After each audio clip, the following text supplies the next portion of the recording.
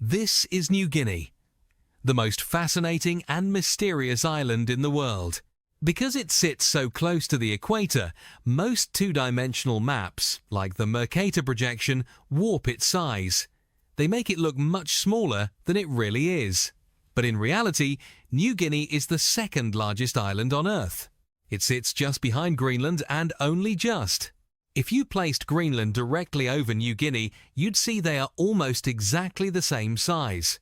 Now place New Guinea over Europe.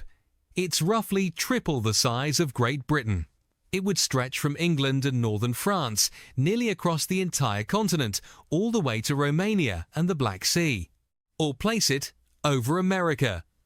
It would reach from the edge of Long Island in New York all the way down to Texas, nearly hitting the Dallas-Fort Worth metroplex. New Guinea is far more enormous than most outsiders think. The unknown rainforest. And it's also far more unknown than you probably think too.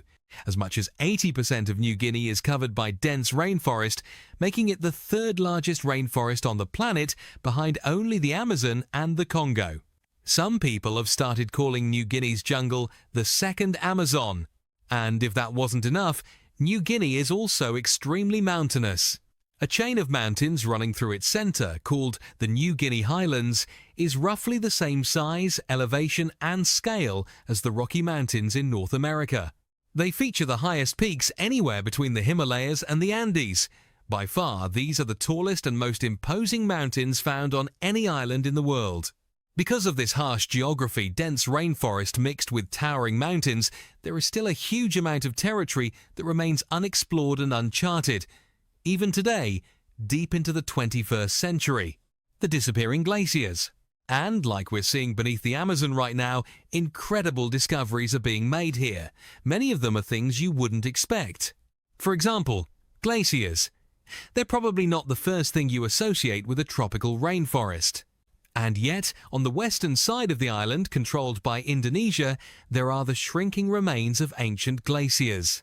The nearby mountain, called Puncak Jaya, is the highest point on the island at over 16,000 feet. It's also the highest point on any island in the world. It's so high that temperatures plummet, turning New Guinea's abundant rainfall into snow, which has compacted into glaciers for thousands of years. These are tropical glaciers, incredibly rare, and so remote that even some Indonesians don't know their country has them. A Dutch explorer first spotted them in 1623, but his account of snow near the equator brought him nothing but ridicule. No one believed him for nearly 300 years. Unfortunately, they won't exist much longer. In 1850, the glacier covered about 19 square kilometers.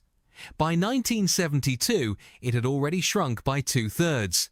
By 2018, it had shrunk by more than 97%.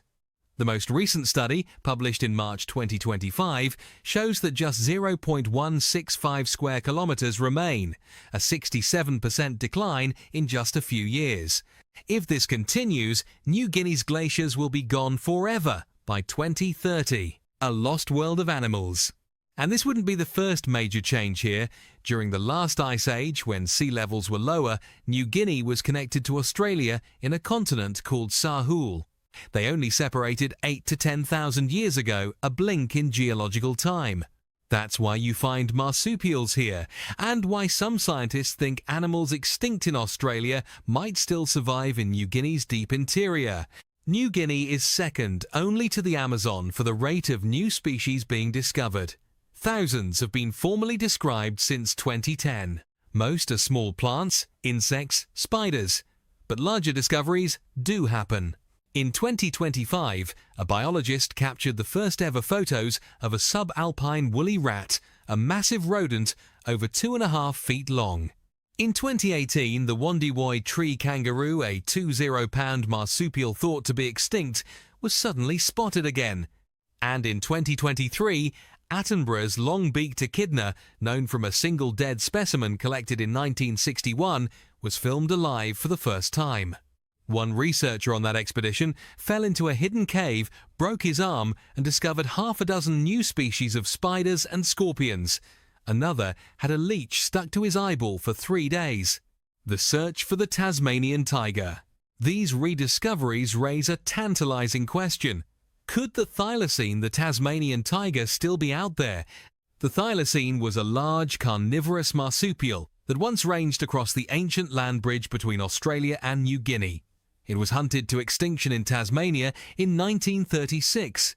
But because New Guinea is so vast, so unexplored, and because we know the thylacine once lived there, some believe there's a remote chance it survives hidden in the jungle.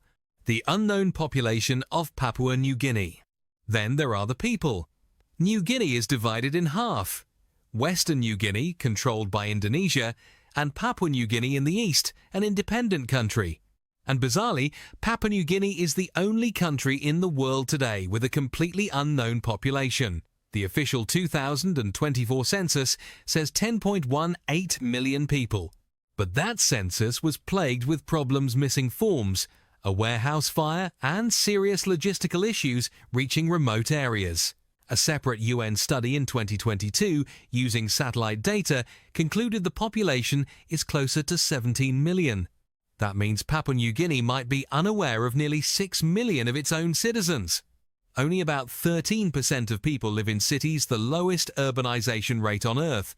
Most live in rugged, difficult-to-access areas, often reachable only by helicopter. 1,000 languages and uncontacted tribes. This isolation has produced staggering linguistic diversity. Across the island, more than 1,000 languages are spoken, roughly 1 out of every 7 on the planet. Papua New Guinea alone has more than 800 languages, nearly double that of India. Some groups were, until recently, unaware of their neighbours living just a few kilometres away. And there are still uncontacted tribes. At the start of the 21st century, an estimated 40 uncontacted tribes lived in Western New Guinea, the second highest concentration in the world, behind only the Amazon. Today, due to government activity and outside visitors, that number has likely dropped to between 2 and 10. These are ancient holdouts, having resisted contact for tens of thousands of years. Ancient DNA and a Stone Age civilization.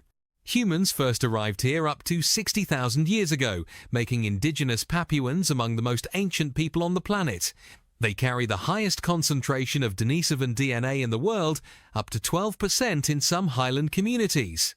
To put that in perspective, Europeans are genetically closer to Africans than Papuans are, and despite their isolation, they accomplished amazing things. At Cook Swamp, evidence shows Papuans independently developed agriculture around 8,000 years ago, domesticating bananas, taro and sugarcane, which later spread across the world. But one mystery remains: the sweet potato. It originated in South America, yet somehow arrived in New Guinea in the 13th century, hundreds of years before Columbus. The leading theory is that Polynesians made contact with South Americans and the sweet potato traveled west. When it arrived, it revolutionized life here. It could be grown in the highlands and fed to pigs without cooking. This allowed Papuan societies to expand rapidly, and they remained hidden from the outside world longer than almost any other society. Westerners reached the South Pole decades before they reached the New Guinea highlands. In the 1930s, exploration planes flew into the interior, expecting to find a few scattered people. Instead, they found a thriving Stone Age civilization of nearly 1 million people, the last major first contact between two large societies in human history. Photographs from those flights capture the shock on the faces of indigenous Papuans, suddenly confronted with white people, airplanes, and metal tools for the first time. The mystery of Michael Rockefeller. And then there's the mystery of the man who vanished here. In 1961, 3-year-old Michael Rockefeller, son of New York's governor and great-grandson of John D. Rockefeller, was traveling in Dutch New Guinea collecting art for a museum. One night, his catamaran capsized. After hours clinging to the wreck, he decided to swim for shore. He was never seen again. The Dutch government said he drowned. But 2 missionaries gathered testimony from local Asmat people that told a different story. That Michael was killed and eaten in a ritualistic act of vengeance for a previous colonial raid. Decades later, in 2015, documentary filmmakers found a forgotten film reel from 1969. In it, a group of Asmat tribesmen paddle a war canoe, and sitting among them is a white man who bears a striking resemblance to Michael Rockefeller. No one has ever identified him. What actually happened to Michael Rockefeller remains one of the most enduring mysteries of New Guinea. The Hidden War. Finally, the biggest thing hidden in New Guinea today is not a glacier, not an animal, but a war. When the Dutch finally surrendered Western New Guinea to Indonesia in 1962, they promised a fair vote. That vote never happened. Indonesia handpicked just 1,025 people, voted them at gunpoint, and annexed the territory. An armed independence movement formed the Free Papua Movement, or OPM. Indonesia's response has been brutal. Scholarly research suggests as many as 300,000 indigenous Papuans have been killed. A Yale Law School report called it genocide. Indonesia has also moved hundreds of thousands of settlers from Java and Sumatra onto land taken from indigenous Papuans. Today, perhaps half of Western New Guinea's population are settlers or their descendants. Foreign journalists, aid workers, and even UN officials are routinely denied access. Western New Guinea is an information black hole. Meanwhile, the OPM, armed with bows, arrows, and outdated rifles, continues a guerrilla war. In 2023, they captured a New Zealand pilot and held him for 19 months. The world briefly paid attention. Then, it moved on.